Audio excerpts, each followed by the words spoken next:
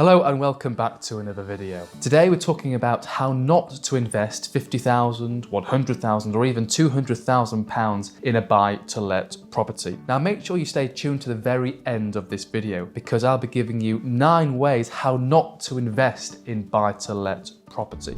For those of you that don't know me, my name is Marco. I'm a portfolio landlord, property investor, developer and mentor. And I'm very passionate about helping people invest in property. So let's just start off with a quick definition for those that do not know what a buy-to-let property is. A buy-to-let is where we buy a property and then rent it out. Nice and simple. And now I'm going to start with number 1, how not to invest in buy-to-let property. And that is purchasing buy-to-let property with cash and not getting a discount. Well, what do I mean here, Marco? So if you're purchasing with cash and not a mortgage and not with finance, but with your own cash, you should be getting a discount when it comes to buying buy-to-let property. And the reason for this is because you're buying with cash, you're not relying on external finance to make this deal happen. So you have more certainty, or the seller has more certainty, that you're going to buy and complete on the purchase of this buy-to-let property. And that's why normally when you buy with cash, you can get a discount. So if you are buying with cash, really good tip, make sure you're getting a below market value offer accepted.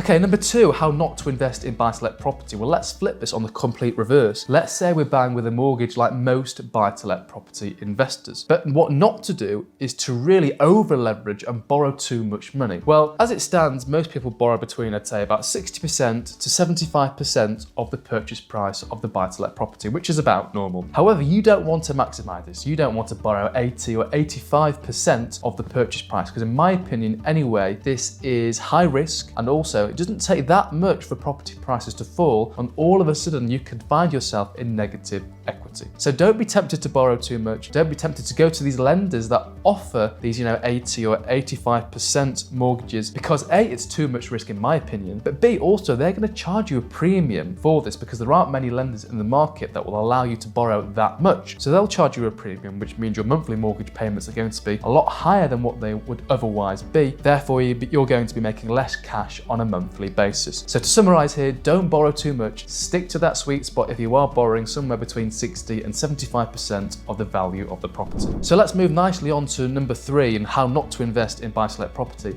And that's buying buy-to-let property with bridging finance and assuming you don't have at least 2 exit strategies. So what is bridging finance? Well, bridging finance is a very short-term method of finance. In fact, I've got a really good video that details what bridging finance is. Here's a picture of the thumbnail. I'll link to it in the description. But essentially, it's short-term, expensive finance, and it's going to bridge the gap between buying the property and refinancing it onto maybe a normal mortgage. Now, the reason why I say don't do this unless you have 2 exit strategies are as follows. So a bridge, as I've already alluded to, is very expensive. Now, if your primary exit strategy, maybe you are selling the property, didn't work, and you couldn't find a buyer, or you couldn't sell it at the right price, well, then maybe you can fall back on a rental strategy and you can rent the property out. But if you've only got one exit strategy off this bridge, one profitable exit strategy, which could be a sale, and if the sale doesn't happen, well, all of a sudden you could be stuck on this bridging finance paying extortionate rates, and this investment that you have purchased can very quickly turn into an investment that's going to lose you money. So takeaway here is if you are buying with bridging finance, make sure you always have at least 2 exit strategies. So the 4th way on how not to buy buy-to-let property is by paying market value. A very generic, a very simple, and a very basic thought, but you want to always be getting a slight discount if you can. And especially now when interest rates are a little higher than what they were before, this is going to squeeze your monthly margins. So again, if we can be buying this property at below market value at a really good discount, then that's a really good way of building your portfolio, having equity from day one as soon as you complete on the property. So don't pay market value for a property. Even if you're getting a slight discount, that's really going to go a long way and boost your return on investment figures. Now, if you're looking to buy below market value, sign up to my weekly property email newsletter. Every single week, there's a property opportunity in there below market value that we have for sale. That's a great purchase opportunity. Now, it doesn't cost you anything to sign up to the email list. It's completely free, and everyone on there gets first priority access to these property opportunities for sale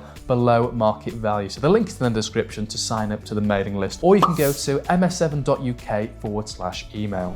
So let's move nicely on to auctions. And again, we're going to keep the same theme in mind when it comes to buying below market value. Now, what not to do, and I see it all the time, people getting into property is going to auction and getting a small discount. If you are buying at auction, you want to be getting a big discount, and I can give you a rough figure. So if you're buying in the north, say Leeds, Manchester, Liverpool, if I was you, I'd at least be getting a 20 or 25% discount to the market value when you buy at auction, at a bare minimum. I wouldn't be happy just getting a 10% discount in the auction. So again, this is really important, and what not to do. Do not, rush into property, go to the auctions and just get a 5 or 10% discount in the auction. There's a lot more discount you can command by buying at auction, and sometimes it's just about being patient. Don't feel the need to actually buy a property on your very first auction. Maybe it's going to take 2, 3 or 4 auctions until you get your first property across the line, but it's going to be an incredible deal, and that deal is really going to help you leapfrog and grow your property portfolio. So moving nicely on, the next thing not to do when buying investment, buy-to-let property is, especially when you're buying at auction, don't be spontaneous and just buy it without doing any due diligence.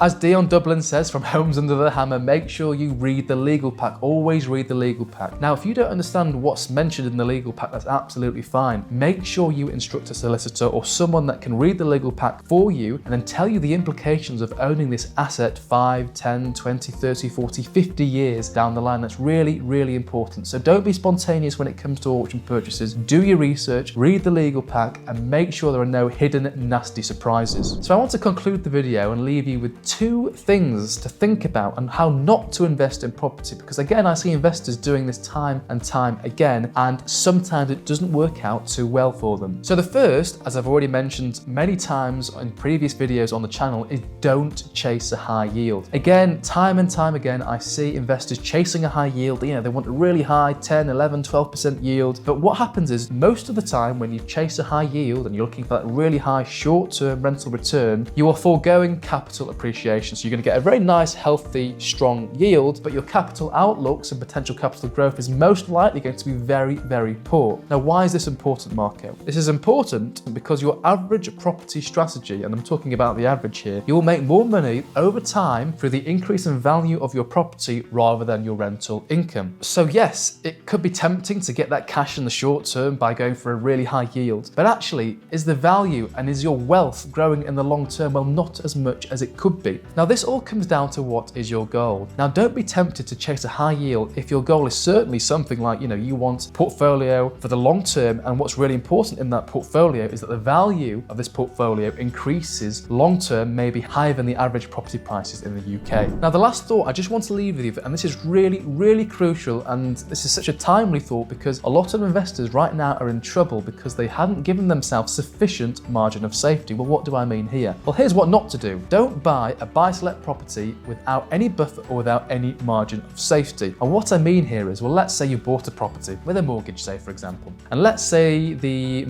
fixed-term mortgage expires in 2 years and you have to find and renegotiate and get a new mortgage. Well, if interest rates have increased within those 2 years, which they have, and all of a sudden you have to pay more on your mortgage, but actually when you first purchased this property, there was no buffer or room to absorb a higher rate or a higher lending rate, an increase in interest rates, well, all of a sudden you could find yourself not making any money from a property, or even worse, in negative cash flow. So you have to put money in every single month to make that property work for you. So make sure you are buying with a sufficient margin of safety, with a nice buffer. So if things do go wrong, or if interest rates go up, or unexpected costs are there, you can afford for those things to go wrong. You can afford for a higher mortgage rate. You can afford for those unexpected maintenance repairs and things of that nature. So really, really important. Always have a sufficient margin of safety when you're buying any property whatsoever. So there we are. I think I reeled off 9 ways how not to invest in buy-to-let property, whether you have £50,000, £200,000 or whatever amount of money. And let's just summarize them now together. So number 1 is buying in cash without getting a discount. Number 2 is buying with a mortgage, but actually borrowing, say 80 to 85% of that purchase price,